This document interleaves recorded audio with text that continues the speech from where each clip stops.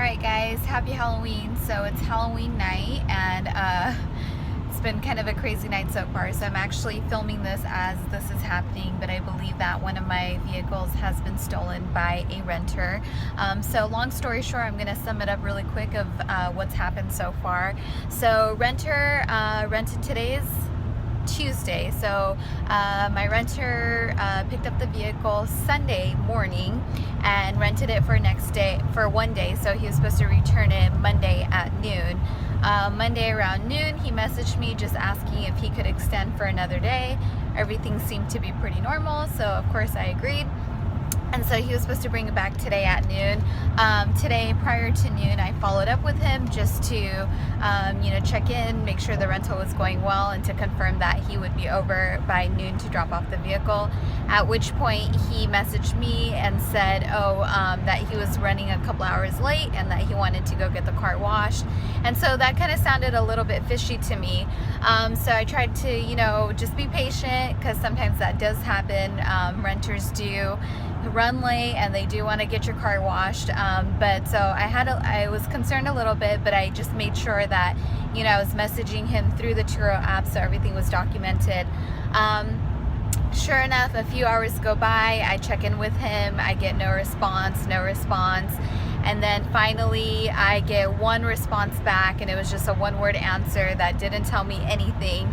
And then eventually he just completely stopped messaging me. So then finally at 4 p.m. I contacted Turo, because I just got a bad feeling about this. So I contacted Turo, let them know, hey, this is the situation. The renter hasn't returned the vehicle. I have no idea when he's coming. And not to mention, today's Tuesday. Tomorrow morning, I have a rental, an upcoming rental at 9:30 in the morning. So I'm eager to get the car back. So then at that point, I called Turo. Turo took note of it. I called the emergency line. So they answer right away and they help take care of the situation. So immediately they went ahead and gave the renter a phone call. And his phone just kept going to voicemail. They emailed him, they texted him, no communication. So at that point, what Turo does is they go ahead and they send you an email, so everything is documented, and they ask you to keep them posted with the status of the vehicle, if the renter gets in touch or if they return the vehicle. And then at that point, they also do notate that late fees will start accruing to the account, and that if we don't hear back from the renter, then we'll have to proceed with contacting the police and filing a stolen vehicle report. So it is 8 p.m. right now, Halloween night. I've been trying to call the renter, finally got a hold of him. Sounded like a super weirdo on the phone. Just sounded like, I don't know, either he's been drinking or he's on drugs, something, right? But when I met him in person, super normal guy. So finally I got a hold of him and he answered the phone. And he proceeded to tell me that his ex-girlfriend took the car keys and was pissed off at him and is staying at a hotel nearby. So I guess the hardest part about this situation is that this is a new car, and it's a Kia Sorento, so it did not have a built-in GPS option when I bought this vehicle. And because it was new and I got rentals right away on it, I haven't had a chance to install a GPS tracker on it. So therefore, unlike all my other cars where I can usually look up their location right away, know where they are, I can control the vehicles remotely, this one I cannot. So this is definitely a tough situation. So right now I'm actually just gonna take the drive over to that hotel to see if my car is there, because the hotel is not too far from where I live. So I just want to go and take a look and see if the vehicle is actually there. I have my spare key. So I'll keep you guys posted as to what happens next and how this entire night unfolds and what the process is going to be from here on out. So stay tuned. Alright, so I just got to the hotel where the guy said that the girl, his ex-girlfriend that took the car, is staying. We've kind of circled the hotel a few times and the car is not here. I assume that it probably wouldn't be here, being that it's 8 p.m. on Halloween night, so even if she is staying here, she's probably not here at the moment.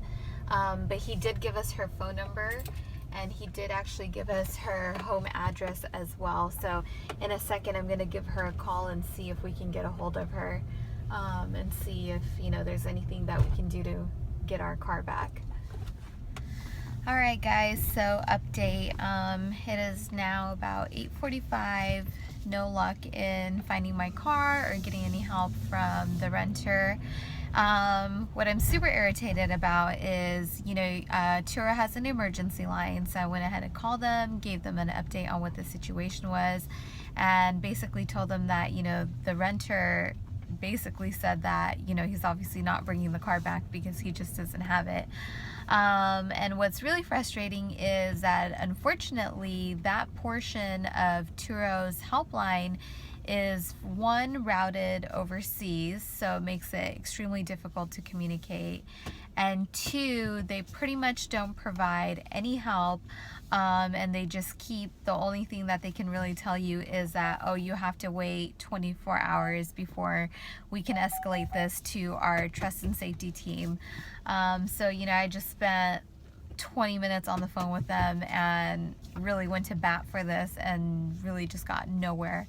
And so that's really disappointing because, you know, you would just think that they would provide some sort of help or some sort of guidance, anything, but there's really just nothing there. So it's 8:40. What I'm gonna try to do is probably early tomorrow morning, see if my car is at that location, and see if I can grab it myself, because at the end of the day I'm going to be more diligent in looking for my vehicle than Turo is, and that sucks, but you know, I have to get my car back, so I'll do what I can and I'll keep you guys posted on what happens. But as of now, the rental was supposed to end at noon. It is now 8:40.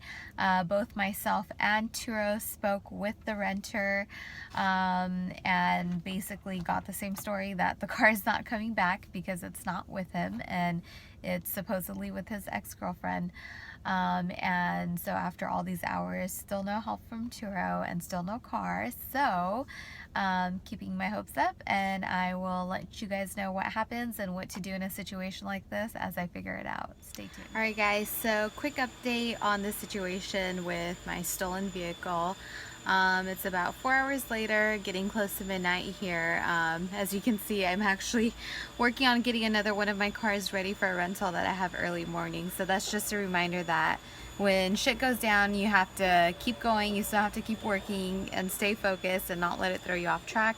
So far I've done everything that I could do. I've contacted Turo, I've been in touch with the renter, and actually he's finally communicating with me, and it's just a bunch of drama back and forth about him and his girlfriend or ex-girlfriend or whatever it is, and how she took the car. So it's a lot of just like nonsense going back and forth, but you know, I'm glad that at least I have that communication with him. I'd rather have some communication than no communication. So I'm still talking to him. We're still actually trying to retrieve the car tonight.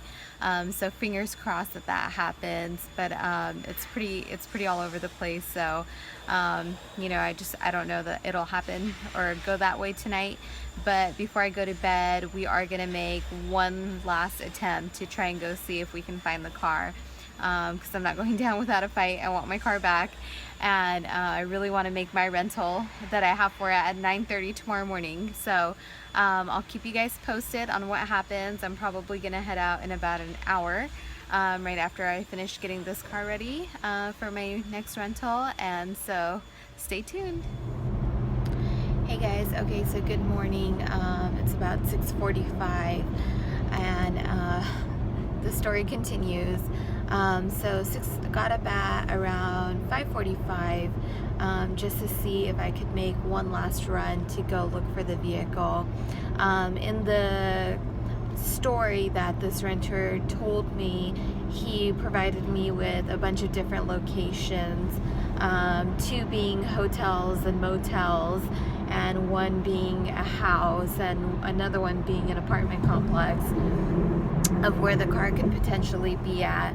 Now of course his entire story was so messed up and none of it really made sense, and he didn't really sound like he was in his right frame of mind. So I really didn't anticipate that the car could really be at any of those locations. So I got up this morning and thought I'd take one last run. Went to one of the motels and found my car there. It was parked on the street, so have not had any contact with the renters since. And so what I did was I just took my spare key and I grabbed the vehicle. I'm not going to let the renter know that I have the vehicle because I am going to try to get my second set of keys back from them. I do know that the renter is pretty freaked out right now because I have threatened him that by 8 o'clock, if I didn't have the car, that I would be pressing charges for grand theft. And so I know he's pretty freaked out about that, and along with his girlfriend as well. So I'm actually gonna carry on that story until I can get my second set of keys back. And then just to let you know what the process is with Turo, I tried to record my phone call with them, but I was not able to, so I did call them. So a few things happen when something like this happens is, one, as soon as something like this happens, you let them know and they make note of it, and they first begin to process the rental as a late rental, meaning that you can get $50 per hour that the rental is late, up to 4 hours. So about $200, which, you know, is definitely not worth the headache. And then also you can ask them if you have an upcoming rental. Like in my situation, I have a rental at 9:30 a.m. today. If I didn't get the vehicle back, they would actually compensate me for the amount of that vehicle as well. But that's not something that they openly offer, so it is something that you do have to ask them for, and they'll put in a request to do that. Now in this case, you know, I'm going to claim everything that I can in terms of cleaning fees, the late fees, and also I'll file a damage report in the meantime for a replacement set of keys. So Turo will reimburse me in full if I do need to get a second set of keys and actually get my car re-keyed, because obviously I don't feel comfortable knowing that somebody out there has a set of my keys to one of my cars, which is a pain. So you file a claim report for that, and you let them know how much the second set of keys is going to be, how much it's going to cost to get the car re-keyed, and they will reimburse you for that full amount.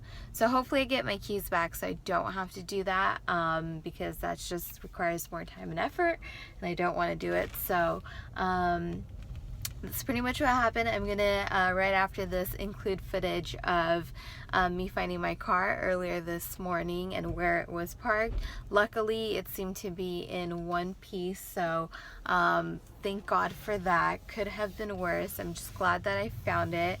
I'm gonna make my 9:30 rental, so yay, glad that happened, because that would have sucked for that person coming in at LAX. And actually I told Turo that, you know, I thought it was best that they cancel that reservation, just so that that person, and this is last night, so that person could prep to have another car so that they don't show up at LAX and then all of a sudden get an email saying that their reservation is canceled because you know, I didn't get the car back. So when I requested that to Turo, which I thought was interesting, they told me that, you know, they wouldn't notify the renter, the next renter, up until 2 hours before their rental started. And I told them, well, you know, this girl's flying in from New York, so 2 hours before you're not going to be able to get a hold of her because she's going to be on an airplane. And so they just insisted that that was the policy, that they wait 2 hours prior to the rental to start and they'll check in on the status with me. And I was like, wow, that really sucks for the renter on the other end with the upcoming reservation, because if I don't get my car back, I don't know how they would get her a car in time. So that was pretty surprising, but lucky for Turo that I was able to go get my car, sadly with no help from them, and I'll be able to make my next rental. So that's kind of what happened. Crazy situation. So long story short and lesson learned, put those GPS trackers in your car. I will be at Verizon today picking up the Hum device, and that's HUM it's called, and I believe it's like $10 a month to have it, and you can get real-time tracking, you can control your car. You know, as soon as you get that car, put the tracking device in it, because had I had followed my own advice from my other video, this whole process would have been a whole lot shorter, and I would have been able to sleep last night. So I'm definitely going to go get my tracking device today. Make sure you have them in all your cars. If you can buy them through the dealership when you pick up your cars, that's great as well. Use services like OnStar. It's worth it. It's worth it to have the peace of mind, because you just never know what could happen. It doesn't happen often, but when it does happen, you know, you just want to have all the tools to make it easy on yourself. So definitely look into that, and thanks for watching.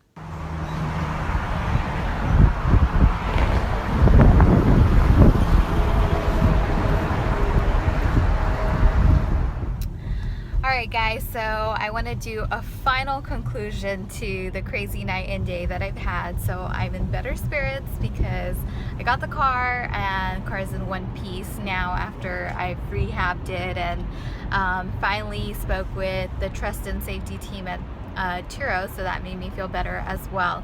So here's the conclusion. Never got back my second set of keys. The renter just has gone completely unresponsive. Finally, somebody from Turo's trust and safety team called me, which this is the first time I've really dealt with them. And I guess their primary function is, or one of them is, to deal with the stolen vehicle process and really taking actions against those renters in terms of legal actions. So they did call me, and they were incredible. A lot different from the support that I had last night. So, and I'm assuming that's just because these are separate teams. One is overseas, one is here in San Francisco, so that definitely does make a difference. So they reached out to me, and they really got a whole lot of details from me about exactly what happened, what my communication with the renter was, what was said, what information did he give me. So they documented all of that, and although it was vague in terms of what they were going to do next, in few words, basically the gist that I got from it is that they were going to continue to investigate this and find out who this renter was and take some sort of action against them, was what I got from it. So what really happens, I'm not sure. I don't know if I'll ever know. So that was that, and that was really great. Also, they reimbursed me for the car being late, so I got the 4-hour maximum on that. I also got a courtesy fee, I guess you could call it, because just because of everything that happened, how long that it took. And actually my 9:30 rental, in the end, I was not able to make it, because once I actually got my car home and took a look at it on the inside, it was completely thrashed. Cigarettes everywhere, seats were badly stained, there's a bunch of crap all over the car. Don't know what these people were doing. Looked like they were moving or something like that, not sure. So there was just no way that I could in good conscience give this car over to the next renter. So called Turo, let them know. They went ahead and canceled it and organized another rental for the guests coming into town. So that's what happened with that, and then they did reimburse me for that trip because I had to cancel it due to what happened. So tips of what to do when something like this happens. I mean, the reality is that it could happen, right? But it happens extremely seldomly. I've been on the platform for over 3+ years, and this is sort of like the second incident where this has happened. So things to think about when you go and think about maybe grabbing your own car like I do. I definitely do not think that that's for everyone.